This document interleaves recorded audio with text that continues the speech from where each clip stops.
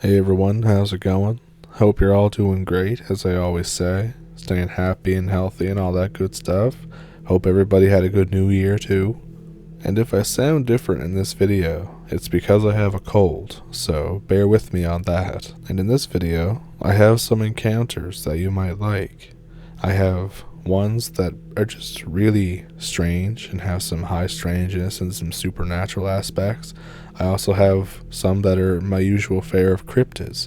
So, if that sounds like your cup of tea, definitely pull up a stump with me, and let's jump into it. Thank you for watching.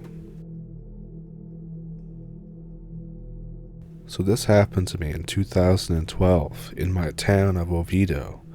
I went to the Chapman Celery fields, and I found this rusted up playground that was there.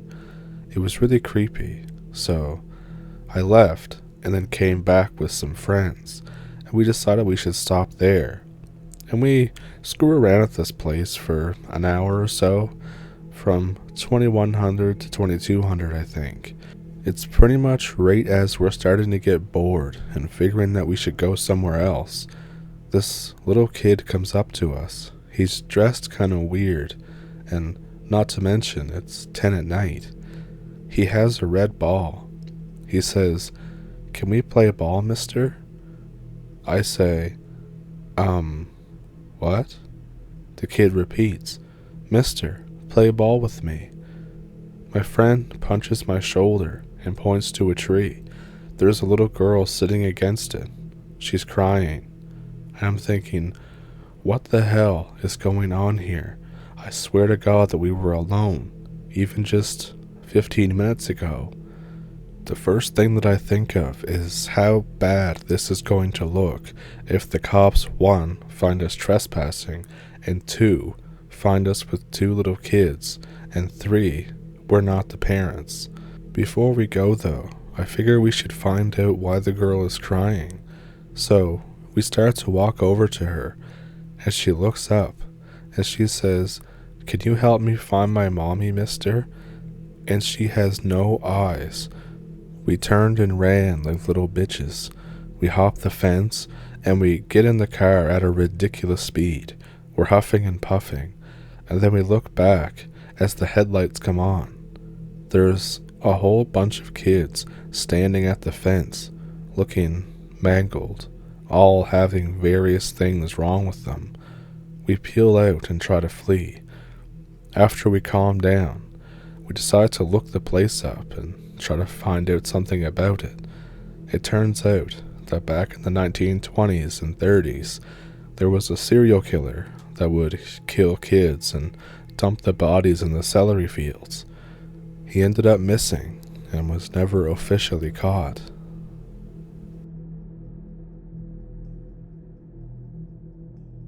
So I want to tell you about the time that I feel like that me and my friend encountered some kind of fae or trickster. So I was out camping with friends, and this was pretty normal for me. I'm quite outdoorsy.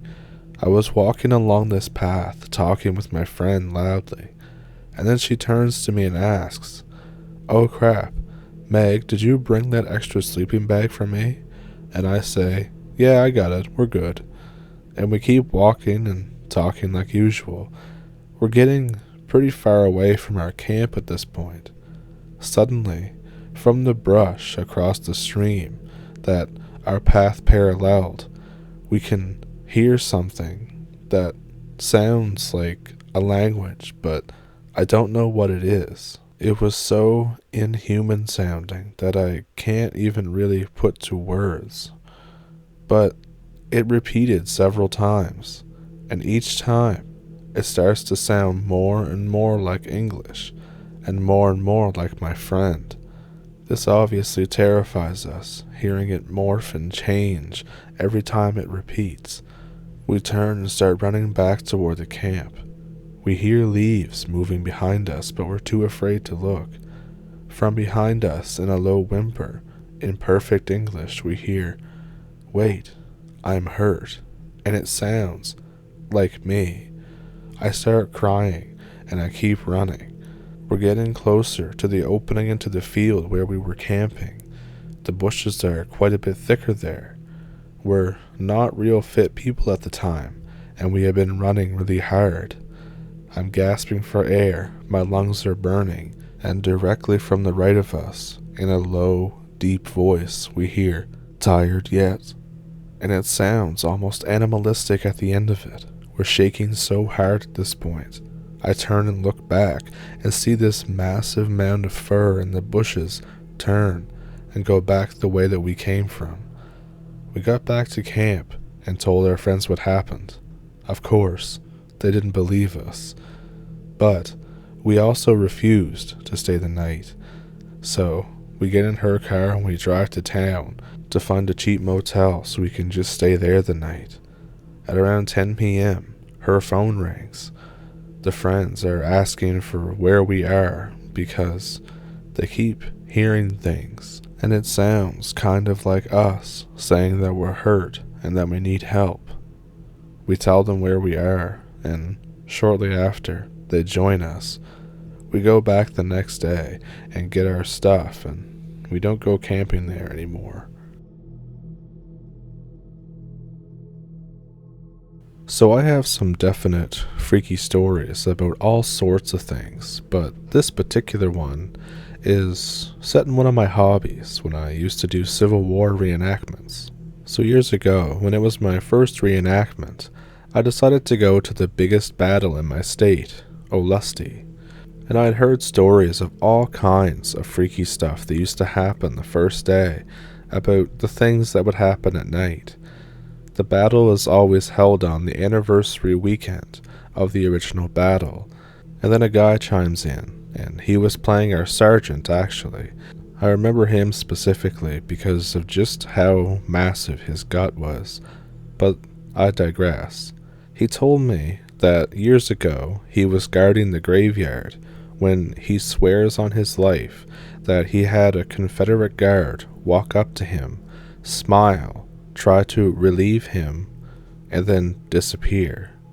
He heard footsteps all night, and I didn't really believe him. The way he told it just kinda didn't convince me. But another guy who was my new friend, I'll call him Thumper because that's what we called him during the reenactment, I got put on patrol with him later too. He says that every year during the witching hour, a heavy fog will settle over the field, and you can hear the battle anywhere but the field. And again, I'm like, yeah, okay, you guys are trying to scare me and stuff. I believe in ghosts, but this just doesn't sound like something that would happen, you know?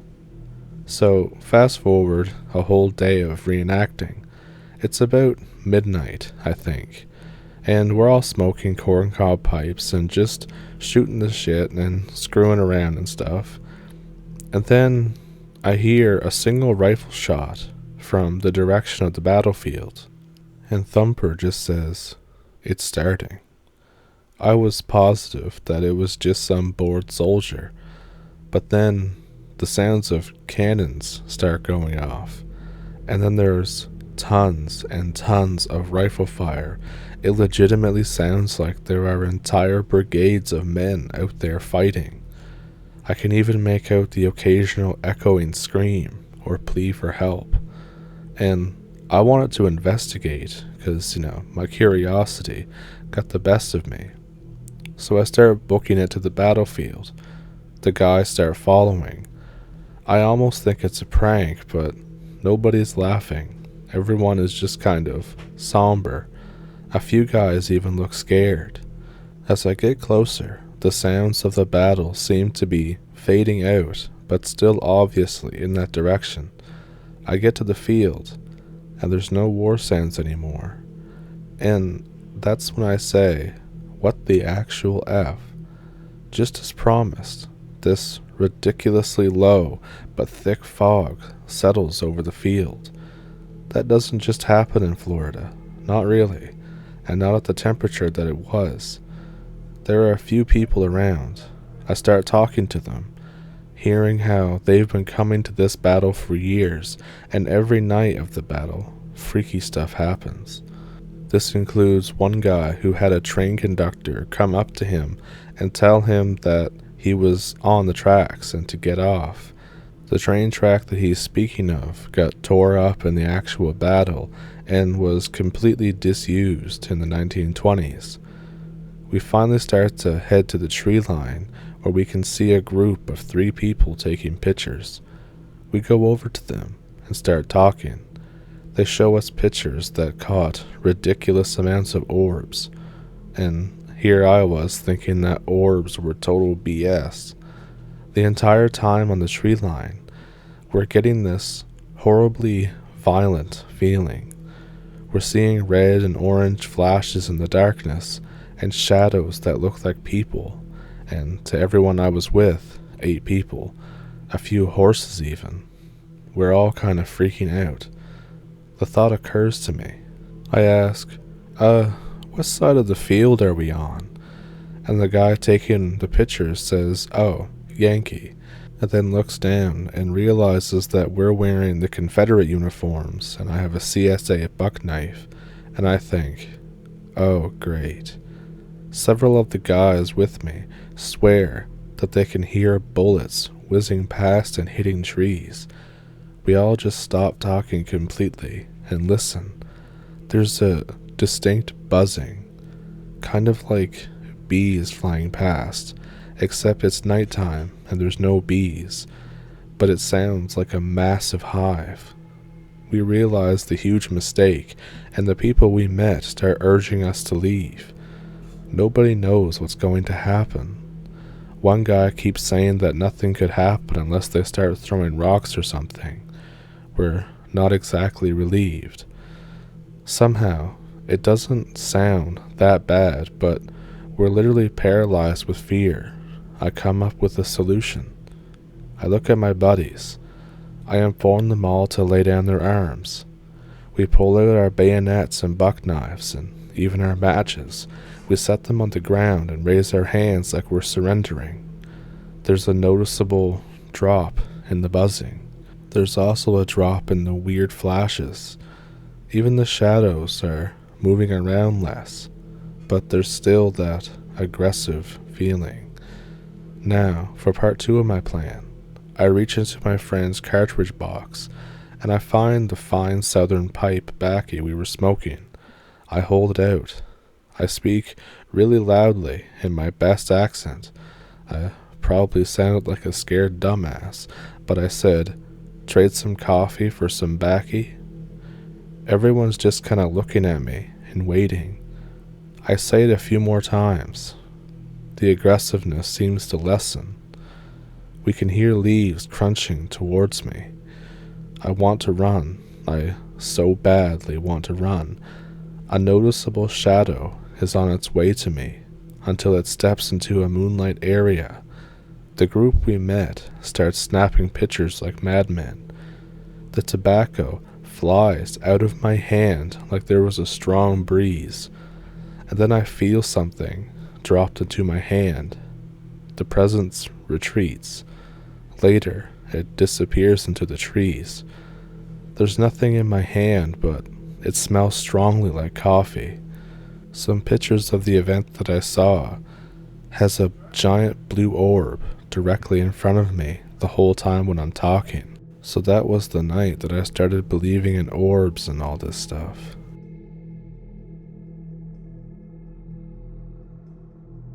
So I have a story for you all. It's been a few years, but I still remember it like it happened yesterday.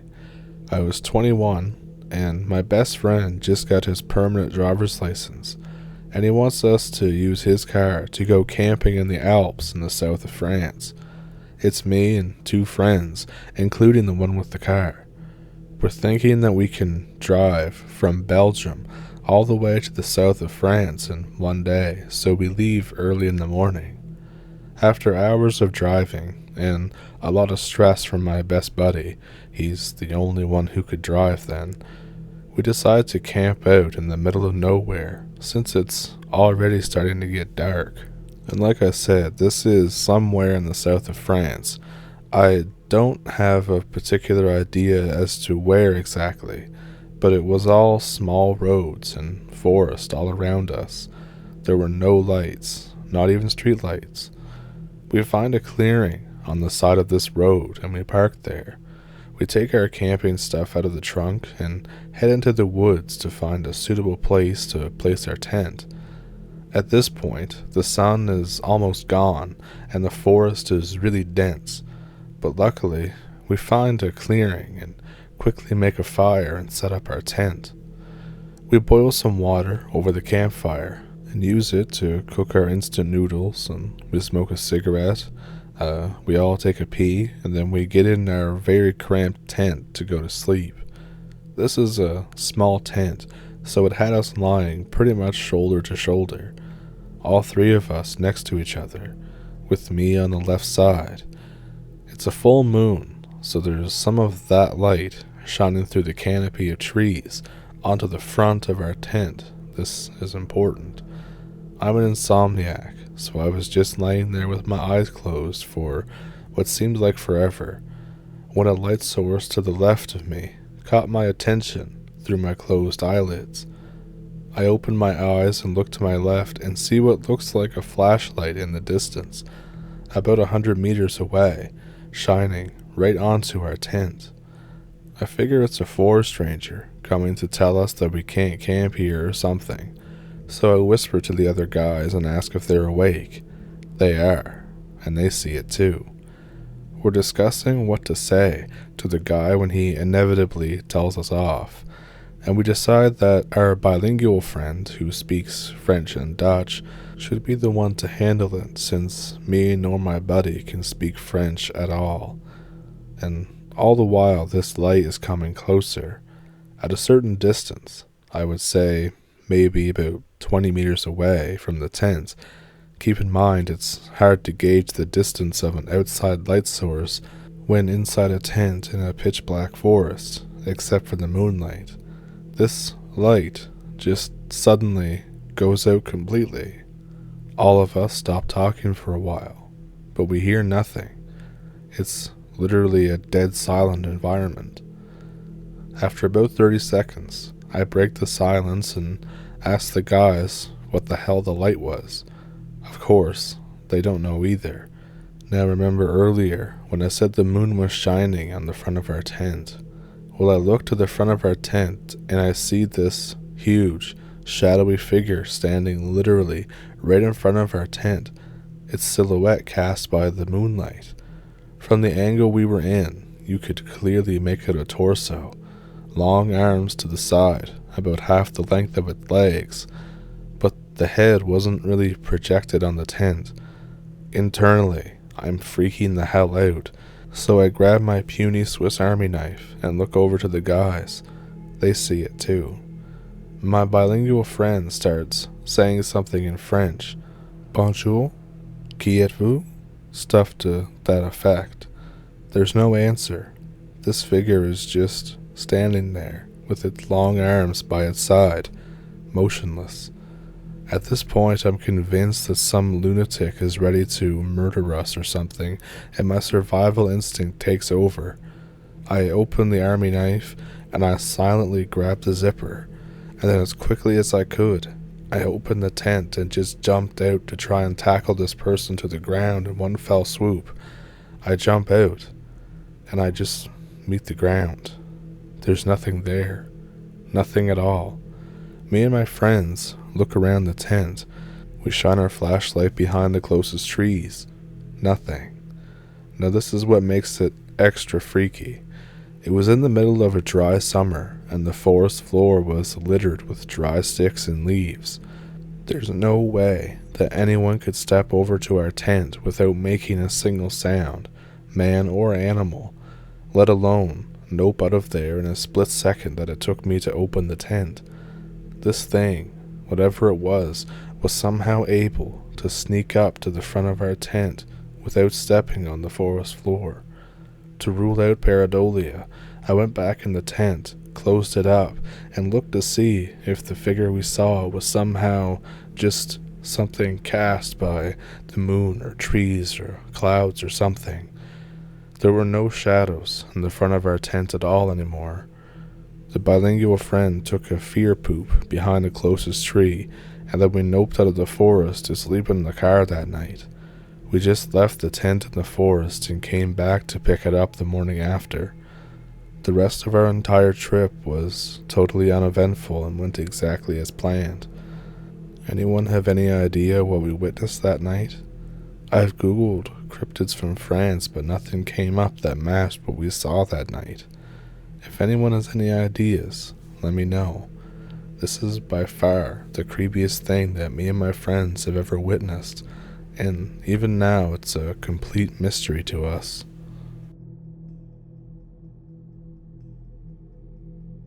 Normally, I don't really tell my own experiences, but this is the only spooky thing that's happened to me.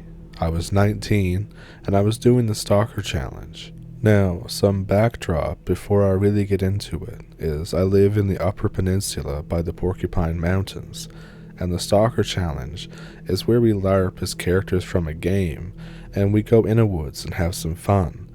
Normally, you would go to abandoned places, but it's not like you have to if there are none available. Lucky for me, there were a bunch of old cabins in the park, and not a lot of people knew about them. So, yeah, that's the background. I plan to go deep into the park to find new spots that have not been disturbed yet. My stalking buddy has work, so I decided to go alone. This was my first mistake. So to start, I biked all the way to the trailhead as I had done countless times before. I stashed my bike in the regular spot so no one would steal it. I brought 3 24-hour rations and some vodka, which is part of the challenge, with me for food. I brought my trusty FAL because I don't screw around with bears and wolves and all that stuff, and especially mountain lions. Mountain lions were always my number one fear when going into the woods. I've been stalked by them plenty of times, and I know how deadly they are. So I start my normal hike through the woods. The trailhead that I normally go to is a super popular one, so I got a lot of odd looks, but whatever, I'm in, game time mode right now. So I hike for the first day at breakneck pace to get as far as I possibly can. The hike is beautiful. If any of you guys ever want a great place to hike, here it is. When I set up camp, I am super tired and exhausted. I don't even bother setting up a tent. I just string up a tarp and pass out. I woke up the next morning, I pack my stuff, and I get ready to go further in. As I'm walking out, I notice some prints. It's a lion. I mildly freak out as these prints are fresh and were about 20 feet from my exposed self when I was sleeping. I do another fast-paced hike, but this time I'm scanning the trees and I have my FAL at the ready. I never saw the cat, but I was a bit jumpy from then on. To be fair, I think that cat may have saved my life. I eventually make it to the more unexplored parts of the forest. There's no trail, so I decide to make my own. I felt like Lewis and Clark, to be honest.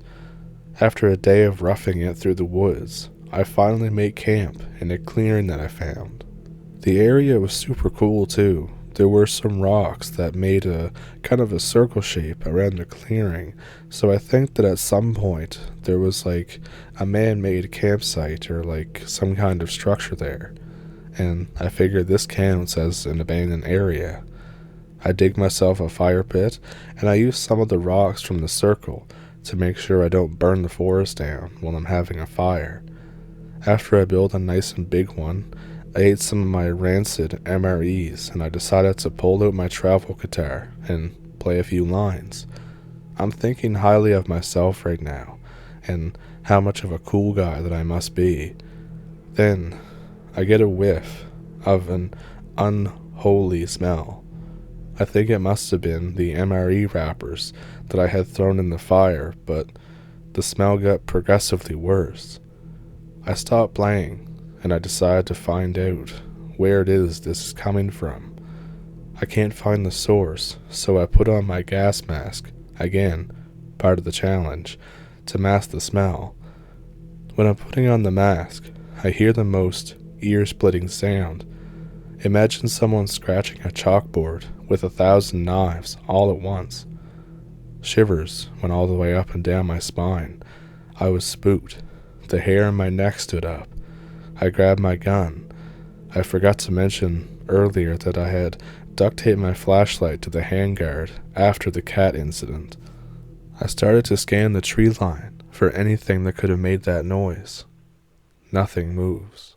After a moment, I get a glimpse of something. Something flashes. It ends up being 2 eyes. They were about eye level to me, and I was 6'3" then. The second I put my light on them, they disappear. I'm more than mildly freaking out now. The thing keeps coming in and out of the light, but I can't make out anything about it except the eyes. In my infinite wisdom, I decide that I need to get a better position. I take out my BFB 500-gram smoke bomb that I keep for a signal, and under the smoke screen, I book it up the nearest tree. I'm scanning everywhere now, looking around wildly, just trying to get another good look at whatever the hell was out there. The next time I saw the eyes, I took a few shots at it. It's weird. I didn't even hear the shots land, not even hit the ground, just kinda disappear almost. This went on for about an hour, or at least it felt like that, until the eyes gathered more courage. It started to get closer and closer until it was at the base of my tree. I was finally able to get a better look. It looked like a giant lump of fur with no distinguishable features except its eyes. Those piercing eyes. When the eyes looked up at me from the trunk, I unloaded straight at it. I heard the loudest roar I have ever heard. It sounded like it was obviously in pain. The thing disappeared for about an hour, and I started to think that I was in the clear. And then I felt a flash of pain, and my vision turned white. The next thing I knew, I was getting dragged down from a tangle of branches by forest rangers and local cops. I had a major head wound. Dried blood matted my face and hair. Everything about me getting evac'd out of the woods is pretty in and out. I don't remember a whole lot. The next thing I know, though, I'm in the hospital. The cops just say that I was a victim of a bear attack after I told them what happened. Funnily enough, the path that I took led me about 5 miles from an old ranger outpost. They heard my 762 going off and they called for backup. I never got any charges for a minor having an illegal substance, the smoke bombs, and vodka. The cops and rangers were just happy that I was okay and just had a concussion. Small towns are good like that. They did give me a long and stern safety talk about staying on the trails and taking a friend and eating away from the campsite, etc. I still go back to that same forest almost every weekend, but now I always bring a friend, and nothing else really that bad has happened. I don't know what I saw that night.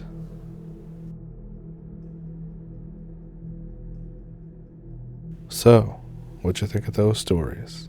Let me know which one was your favorite one down in the comments. Down in the description as well is a link to a PayPal and a Patreon if that's something that you want to do to support the channel.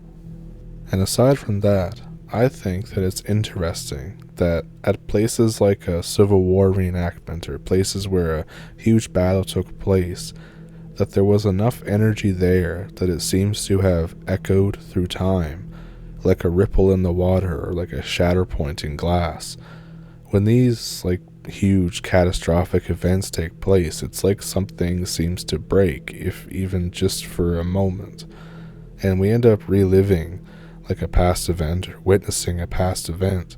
And what gets me is during these small windows where you see into the past or see something that hasn't happened yet, or see in some cases with portals a different kind of dimension almost, you have to wonder what can come through during these windows that we may unwittingly make, or if we create those little portals or windows, can something else create them to come here?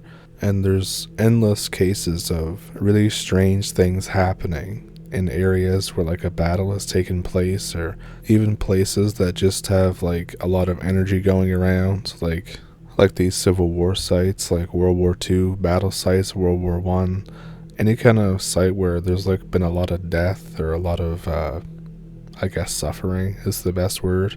There seems to be a lot of those things that, even though it's been 100 years or over 100 years in the case of the American Civil War, these things still come through somehow. And there seems to be something with the buzzing as well. You hear about that in this particular one during the Civil War reenactment. You hear about it when some people see high strangeness like the Glimmer Man or something like that. There will be a weird buzzing noise, and then it's like there's a vacuum where all other noise is just kind of not there. I'm not describing it very well, but I hope you get what I mean. This high strangeness also happens in places that aren't necessarily where a lot of death took place, but there's just a lot of energy. Like, you hear stories about things happened back in the USSR days. I don't remember what the experiment was, but they did this type of, I don't know, like an explosion or something like that. Actually, I think they were testing like the effect of explosions underground, and what ended up happening was that they experienced like altered reality, where people were taken from where they were and they appeared like 20 meters to the left or 20 meters to the right, or I think one person appeared in the basement of a place and he didn't know where the hell he was. There was something about the ground being wet and everything like that. Just a lot of, like, you know, textbook high strangeness. But that's just me rambling and stuff, I guess, about what can come through during these events that give off a lot of energy, whether it be human energy or otherwise. And I could also be wrong about everything I just said. You know, I could be way off. Who knows? But it does make you wonder, like, do some of the cryptids that we see, do they come through these windows or something like that? Or are they only here temporarily, like they come through and then they get snapped back to wherever they came from? I don't know, just crazy thoughts you have. But I hope you enjoyed the video, and if you did, then you can consider liking and subscribing if you want to hear more of my crazy ramblings at the end of videos. And I'll see you in the next one. Thank you for watching, and thank you for pulling up a stump.